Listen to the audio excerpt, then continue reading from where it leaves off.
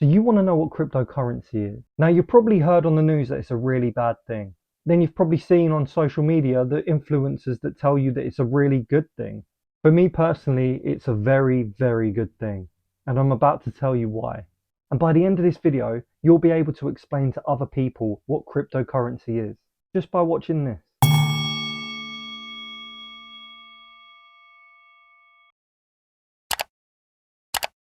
Hello and welcome back to the Mediocre Mind Trap. My name is Marcus and I'm so happy for you to be with me here today to learn about cryptocurrency. We're about to get it straight and get rid of all of that doubt that you had in your mind. Whether you're going to try and buy some and hold it as an asset. Now I'm no financial advisor and I can't tell you to get some, or whether you're just curious and you want to find out what it is.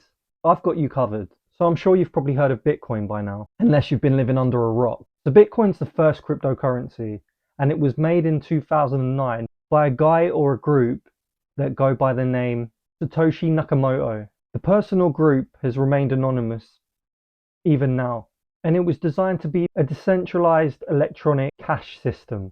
Decentralized meaning there's no banks or government that own it, it's for the people. So let's say that Adam wants to send Chris some money. Now if you do it with the traditional banking, that could take 2 to 3 business days to go into his account. Now with crypto, it's in seconds, and the transaction fees are below zero, so they're 0.0 something percent. Okay, Marcus, it's all well and good telling me that, but how does it change the world? Why is it so good? For me to answer that, we're going to have to go all the way back, before money even existed. I'm talking back to the trading days. So way back before money, the only way we could get things that we wanted was by trading. You see a horse that you like, and all you've got is 2 donkeys. Now you fancy your chances. You walk up to that person and you go, I really like your horse, I want to trade you my 2 donkeys for it. So the thing with this is that that person may not want 2 donkeys. So you've got nothing valuable to trade. That trade will never happen and you won't get that horse you desire. But see, that's where coins were made, to stop this problem. Coins were made from precious metals like gold and silver. So then everyone accepted that they were worth something because they were made out of these precious metals. In my country, it's the Great British Pound. The reason it's called a pound is because they're referring to the weight of it. £1 was worth 1 pure silver or gold coin. So how did this change the game? Well, so now it doesn't matter if someone wants my 2 donkeys or not. But let's be honest, why wouldn't you? Look at their faces. They're already depressed, give them a break. But as long as I have coins, I can still trade for that horse. And the trade would be accepted because they'd know that somewhere down the line, they could trade them coins for something that they want. Now this went on for quite some time. That's when banks started emerging. They wanted to take control of that money. It gave trust to the system, and it made us move away from carrying chunks of precious metals to paper money, notes or bills, whatever you want to call them. Now they do the same thing, they allowed you to trade, but now even that money doesn't have value. It's not gold or silver. It only has value because the government says it does. If you grab a £5, £10 or £20 note, right near the top in small letters, it should say something along the lines of, they will pay the bearer of the note £10. So basically saying an IOU. Notes are basically receipts that prove that you own that amount of money. Now what you want to do is think about today's world. More people are buying online using debit and credit cards. We don't even see our money anymore. We don't even have it in our hands. It's not coins, notes or donkeys. Like when I buy an item from Amazon, all it's doing is adding an entry saying Marcus has £10 less in his bank account and Amazon has £10 more. So now you understand the evolution of money and how we're moving into a digital world. So you now know where I'm going with this. What's the next step? Well, it's not cryptocurrency because that's a scam. No, it's not. It's the next evolution of the financial currency system. And it will be the most convenient era of exchange ever. Because cryptocurrency is 100% virtual. It is literally a transfer of digital assets. Now you may have questions like, how can you value it? Where does the value come from? But if you're a gamer or you know someone who games, you already know that digital assets exist. You've got your NFTs, but right under your nose is FIFA coins, how you buy your packs, and V-Bucks, how people buy their skins and emotes and everything like that. They are a form of cryptocurrency. You just haven't realised. But what gives them value? You don't question that. An Xbox pass or a PlayStation pass. You're buying a digital asset that you deem valuable to you. But crypto goes far beyond that. Think of banks as individual running spreadsheets of who's paid what to who where. Try to say that 10 times.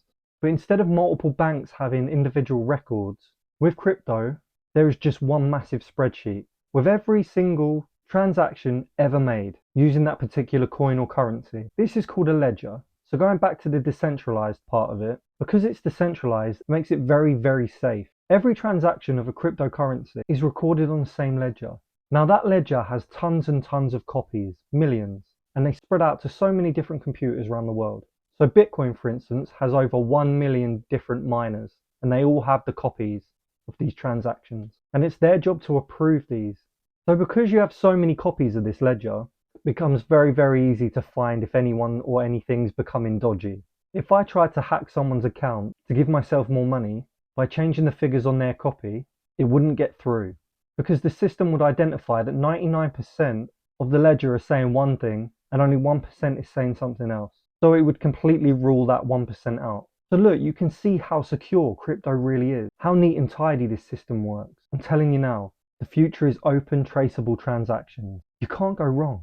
So I hope this is starting to sound much simpler than you think it was. But anyways, let's carry on. Think of all the areas in the world that don't have banks, or do have banks and the people are too poor to even have them. Now we take that for granted. Even my little girl has a bank account, but there's grown-ups in the world who have kids that don't, but they do have internet. So cryptocurrency will change everything, because all you need is internet to run it. This could stop poverty in so many different areas of the world. So yeah, the main perk for crypto is that you won't need a bank anymore. Everything is done by the miners, the people on the ledgers. And I said miners. What are miners? They're the people who run it. Why would they be running it? Well, because that's their job. And for every transaction they complete, they get paid a certain amount of cryptocurrency for it. You can also send payments across the world. Look, you don't need to worry about interest rates or exchange rates.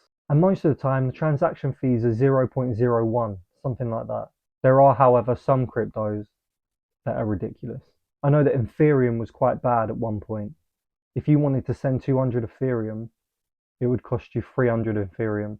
So you'd be 100 Ethereum down. Yeah, it doesn't make any sense to me either, but it is what it is.